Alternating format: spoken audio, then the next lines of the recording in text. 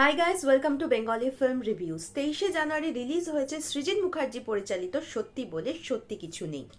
দর্শকদের মতে সিনেমাটি কেমন হয়েছে? দুদিনের পর সিনেমাটি বুক মাই শোতে 7.7 রেটিংস হোল্ড করে রেখেছে, আইএমডিবিতে 8.6 রেটিংস। সিনেমাটি অ্যাকচুয়ালি 12 অ্যাংরি ম্যান, যার হিন্দি অ্যাডাপ্টেশন হয়েছিল এক রুকা হুয়া ফ্যাসলা, এবং ঠিক এরপর বলতে পারেন বেঙ্গলি অ্যাডাপ্টেশন হচ্ছে সত্যি বলে সত্যি কিছু নেই। তবে কোনো কম্প্যারিজনে যাচ্ছি না, একদম দর্শকদের মতামত। দর্শকদের বিচারে অনেকেই সেই পুরনো সৃজিত ম্যাজিক, সেই সৃজিত স্টাইলকে আবার ফিরে পেয়েছে। বলতে পারা যায় সৃজিত মুখার্জির কামব্যাক। অর্থাৎ এক কথা, একটি ভালো মানের সিনেমা তারা দেখেছেন।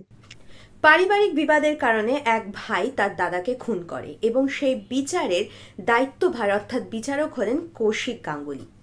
কৌশিক গাঙ্গুলি নিজের বাড়িতে একটি পার্টি থ্রো করেন এবং সেই পার্টিতে উপস্থিত ছিলেন এই সিনেমার বাকি ক্যারেক্টাররা, অর্থাৎ পরমব্রত চ্যাটার্জি, কৌশিক সেন, অনির্বাণ চক্রবর্তী, রাহুল ব্যানার্জি, অনন্যা চ্যাটার্জি, সৌরসেনী, কাঞ্চন মল্লিক, ঋত্বিক চক্রবর্তী, ফাল্গুনী চ্যাটার্জি প্রমুখরা, এবং তাদের মধ্যে একটি বিচার সভা হয়। প্রত্যেকে নিজের নিজের ওপিনিয়ন রাখেন। এই সিনেমার মেন যে পজিটিভ দিকগুলি হচ্ছে তা হচ্ছে শার্প ডায়লগ ডেলিভারি, দুর্দান্ত কমেডি টাইমিং এবং দুর্দান্ত পারফরমেন্স।